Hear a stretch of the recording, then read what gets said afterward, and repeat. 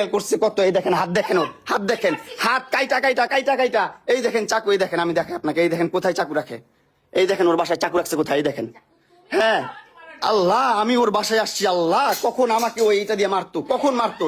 এটা তোর বাসায়, এখানে চাকু ছিল, লাইভে দেখাইছি আমি, লাইভে দেখাইছি। বাসায় থাকবে কিন্তু ওইখানে কেন থাকবে, ওইখানে কেন থাকবে? হ্যাঁ ক্রিমিনাল জানোয়ারের কোথাকার। এই যে চাকু নিয়ে আমাকে থ্রেট করে, ব্ল্যাকমেল করে, জানোয়ারের বাচ্চা। হ্যাঁ কি কি করতেছি আবার বল। এই যে দেখছেন আসল রূপ, এগুলা বের হবে আস্তে আস্তে, বের হবে, সব বের হবে, আসল রূপ বের হবে। এই যে ওর বাসা, এই যে ওর আম্মু এই রুমে আছে, বাচ্চারা এই রুমে আছে, এই যে এখানে বসে আমার সাথে এইরকম ব্যবহার করতেছে, এগুলা বলতেছে। আমি বলছি ভাই তুই তোর মতো থাক, আমার মতো থাকতে দে ভাই, আমার মতো থাকতে দে, আমার লাইফটা লিড করতে দে, আমাকে বাঁচতে দে। ও দিবে না। পাঁচটা মামলা করে রাখছে ভাই, পাঁচটা মামলা। আপনারা ক্যাপশন দেন সুন্দর সুন্দর ভাবে, মজা নেন, মিমস করেন, করেন ভাই। যখন এই পর্যায়ে আসবেন তখন বুঝবেন যে কতটা লাইফ যন্ত্রণাদায়ক।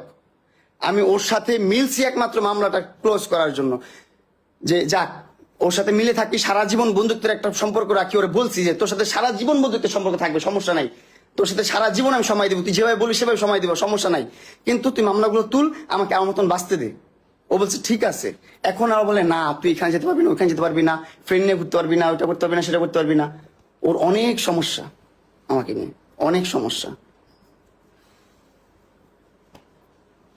পুরো একটা ট্র্যাপে পড়ে গেছি ভাই, পুরো একটা ট্র্যাপে পড়ে গেছি ভাই। প্লিজ, আমি জানি না এই লাইফটা করার পর আমার কিভাবে দেখবে না পারা। ওর বাসায় মানুষজনের অভাব নেই, ওর বাসার নিচে মানুষজনের অভাব নেই, কি হবে আমি জানি না। ভালো থাকবেন সবাই, সুস্থ থাকবেন, আমার জন্য দোয়া করবেন। আল্লাহ হাফেজ, আসসালামু আলাইকুম।